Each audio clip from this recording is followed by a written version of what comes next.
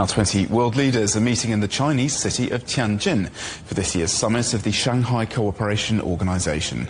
Along with the 10 heads of international organizations, it's the largest ever gathering of the SCO. China's President Xi Jinping and Indian Prime Minister Narendra Modi met on the sidelines and agreed the two nations should be partners and not rivals. Modi announced a resumption of direct flights between the two countries, suspended since 2020 over border tensions. Well, the Shanghai Cooperation Organization, or the SCO, has 10 members: China, India, Pakistan, Russia, Iran, Belarus, plus Kazakhstan, Kyrgyzstan, Tajikistan and Uzbekistan. Globally, it is the largest regional organization by geographic size and people, bringing together more than 40% of the world's population. In 2023, SCO countries had a combined GDP of $24.4 trillion, which is nearly a quarter of the global economy.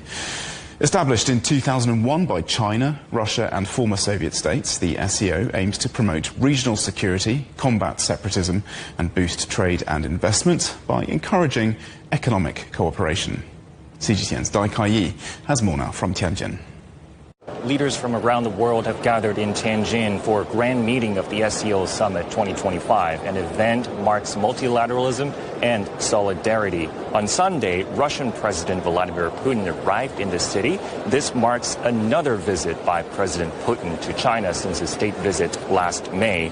Russia's, of course, one of the 6 founding members of the SCO, and China and Russia have maintained close ties under the SCO framework. We've learned that this time he's accompanied by a large and significant delegation, including 3 deputy prime ministers, over a dozen ministers, as well as representatives of major enterprises in Russia. Chinese President Xi Jinping today also met separately with UN Secretary General Antonio Guterres and leaders of multiple countries, including Kazakhstan, Belarus and India. In his meeting with Indian Prime Minister Narendra Modi, he mentioned the successful meeting last year at Kazan BRICS Summit that enabled the China-India relationship to have a reset and start anew. He said both are major ancient civilizations in the East, and China and India, of course, are the most populous countries in the world, and they're important members of the global South. And this year marks the 75th anniversary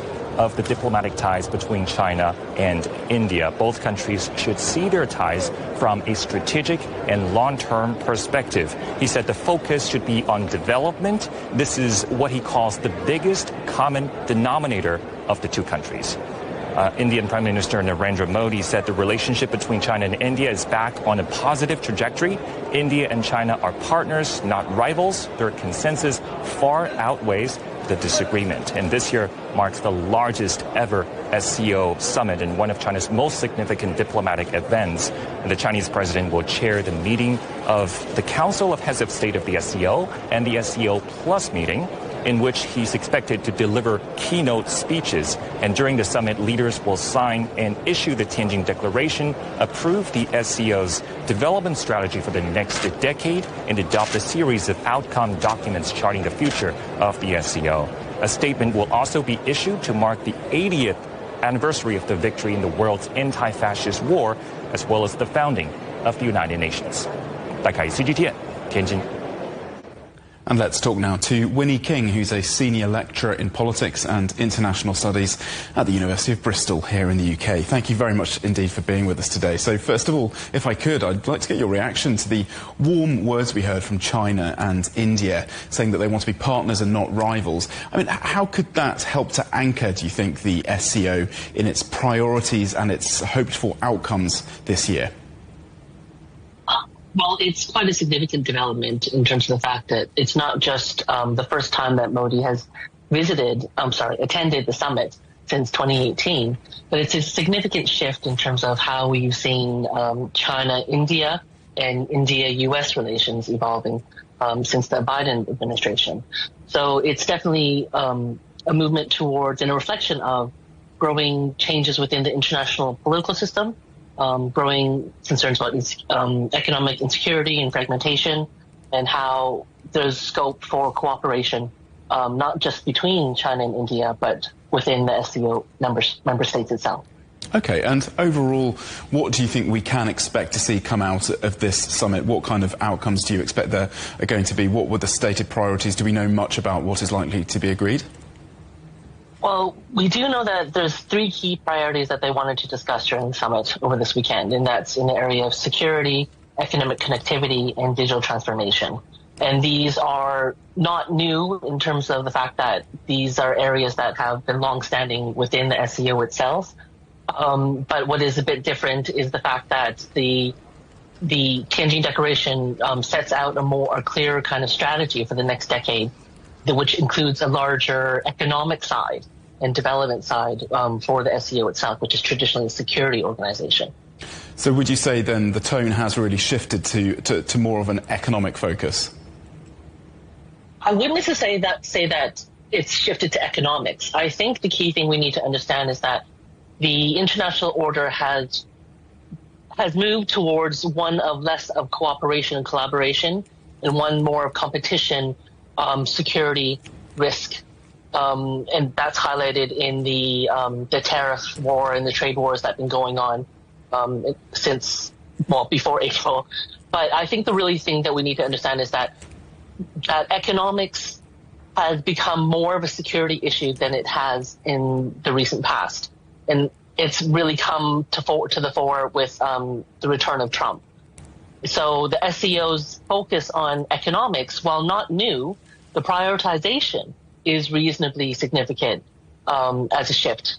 But it links to the idea that it has more of a security line to it. And focusing specifically on China and China's role, China's contribution to the SCO, particularly in Central Asia, how important is that? And is Beijing really seen as the big player, or is it kind of more of a first among equals? It's a big question. I think there's ultimately 2 ways to think about it. China is a big player, but it's also an equal player. And what I mean by that is the fact that it cannot be forgotten that China is as large as it is with regards to its economy. So its economic heft, its diplomatic priorities, and its diplomatic kind of campaigns make it quite a significant player within the region as well as within the organization itself.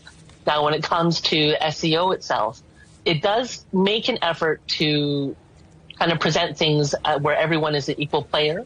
But it's important to understand that when it came to the guiding principles and the establishment of the SCO, China was one of the co-founding nations, and its guiding principles of SCO, follow along with China's own fundamental foreign policy principles of respect for sovereignty and non-intervention.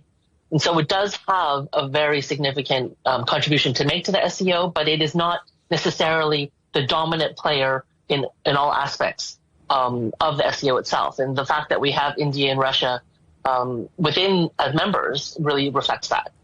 Really grateful for your thoughts today. Winnie King from the University of Bristol. Thank you so much.